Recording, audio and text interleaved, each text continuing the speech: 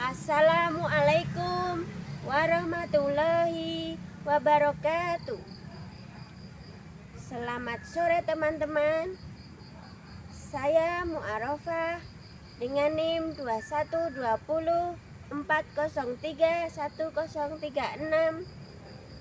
mahasiswi Magister Pendidikan Islam Anak Usia Dini Universitas Islam Negeri Sunan Kalijaga, Yogyakarta. Pada kesempatan kali ini saya akan berbicara tentang ilmu asbabul wurudil hadis dan ilmu tawarikh al-mutun. Mari kita simak bersama-sama. Asbabul wurudil hadis berasal dari kata asbab dan al-wurud. Asbab merupakan bentuk jamak dari sabab yang para ahli bahasa bisa mengartikan dengan istilah al-habl atau tali atau saluran, yang bisa diartikan sebagai sesuatu yang menghubungkan suatu benda dengan benda lainnya. Sedangkan al-wurud berarti muncul, sampai, datang, atau mengalir. Sehingga secara sederhana asbabul wurudil hadis bisa diartikan sebagai sebab-sebab atau latar belakang munculnya suatu hadis.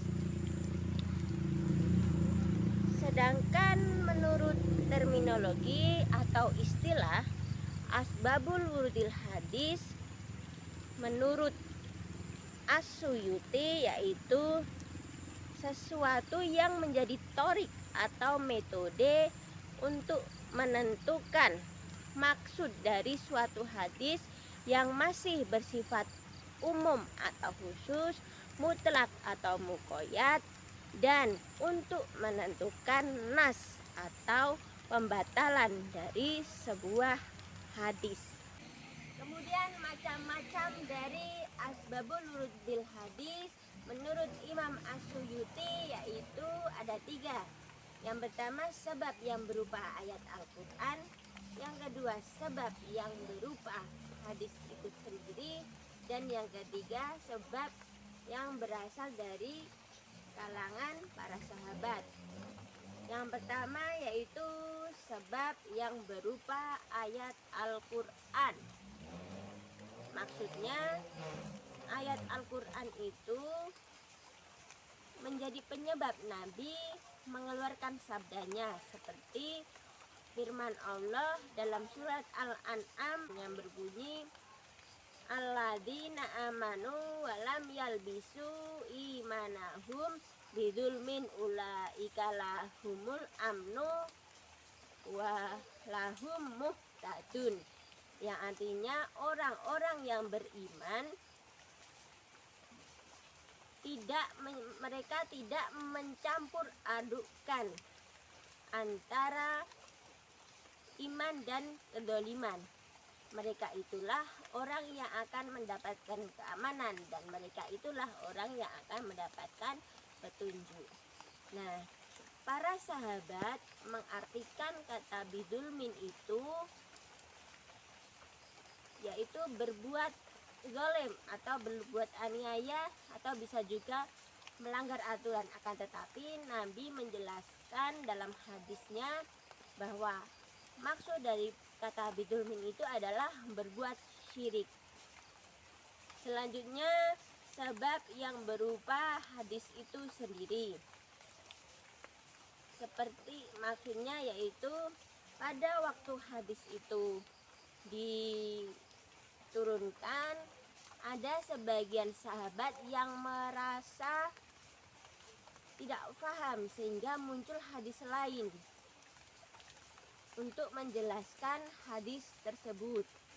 Nah, seperti dalam hadis yang berbunyi sesungguhnya Allah Subhanahu wa taala memiliki para malaikat di bumi yang dapat berbicara melalui mulut manusia mengenai kebaikan dan keburukan seseorang.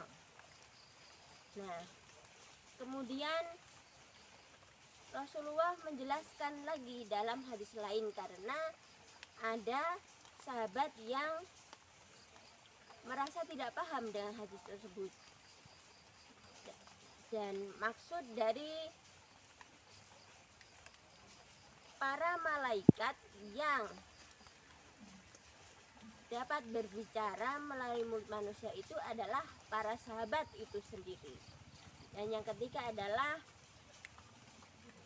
sebab yang berasal dari pendengar dari kalangan sahabat. Ya, pada waktu itu ada seorang sahabat pada penaklukan kota Mekah atau Fatu Mekah, beliau datang kepada Rasulullah dan berkata, "Aku bernadar untuk sholat di Baitul Maqdis." Kemudian Rasulullah bersabda, "Sholat di sini di Masjidil Haram itu lebih utama."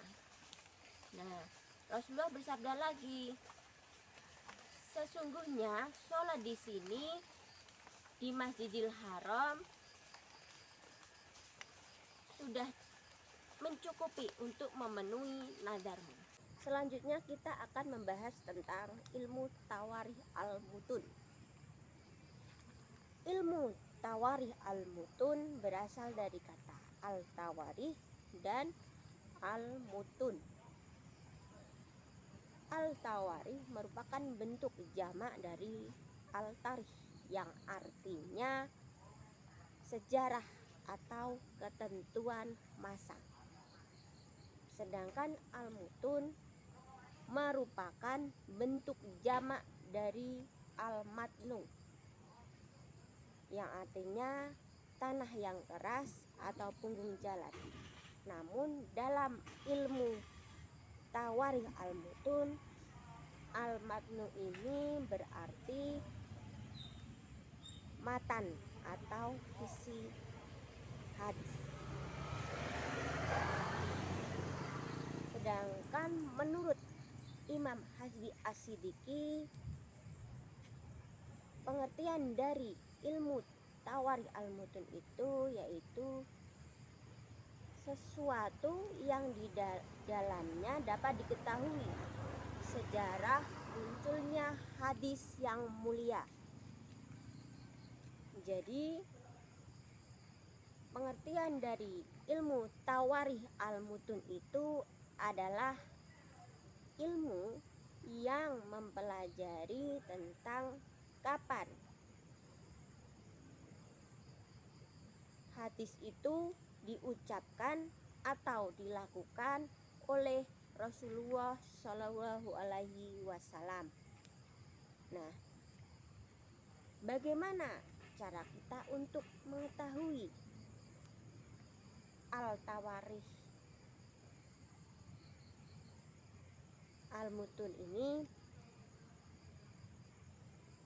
Nah, menurut Imam As-Suyuti, cara untuk mengetahui tarikh al-mutun ini yang pertama yaitu adanya perkataan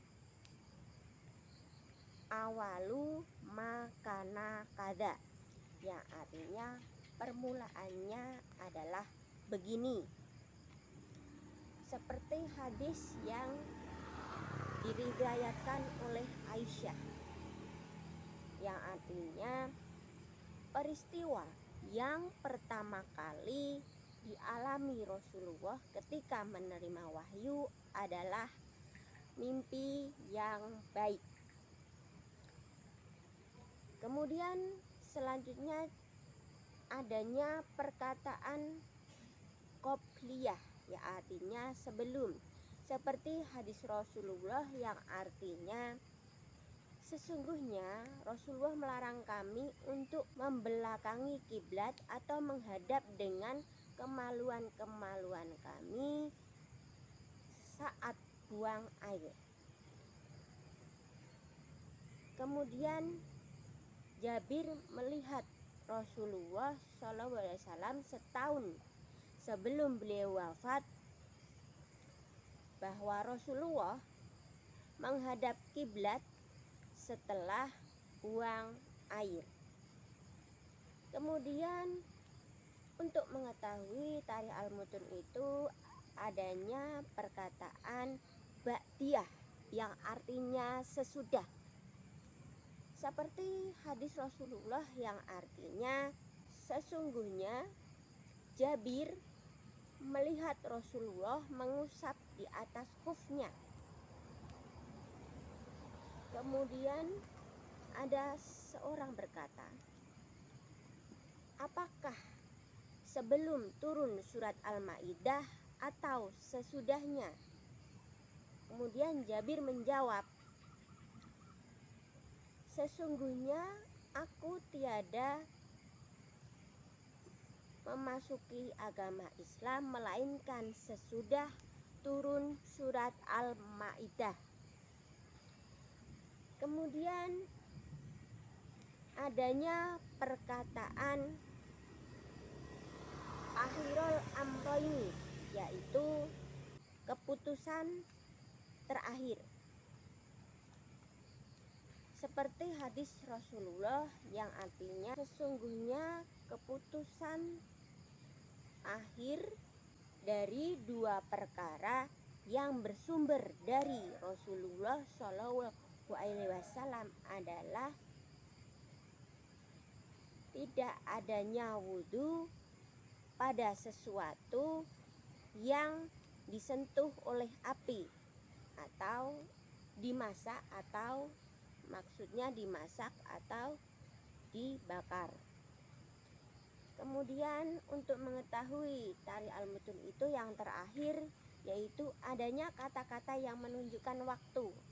Misalnya sebulan sebelum atau sesudahnya, setahun sebelum atau sesudahnya.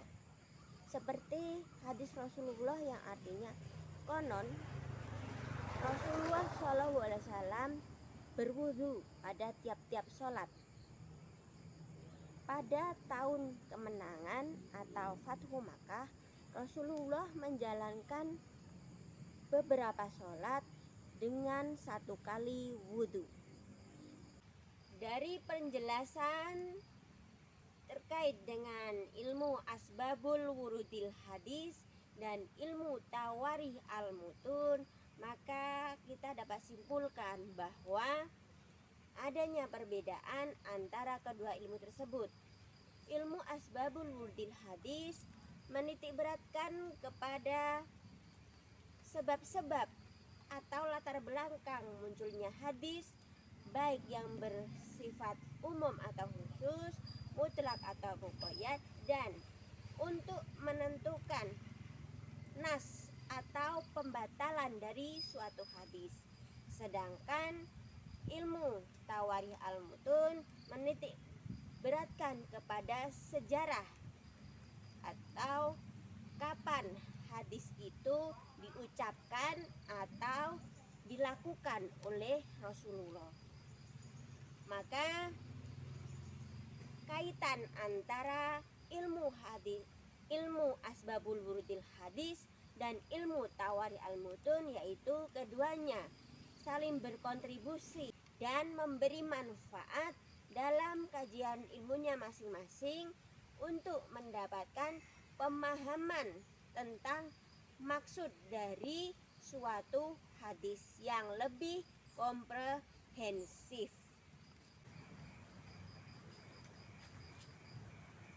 Demikian materi yang bisa saya sampaikan. Lebih dan kurangnya saya mohon maaf. Wabillahi taufik wal hidayah. Wassalamualaikum warahmatullahi wabarakatuh.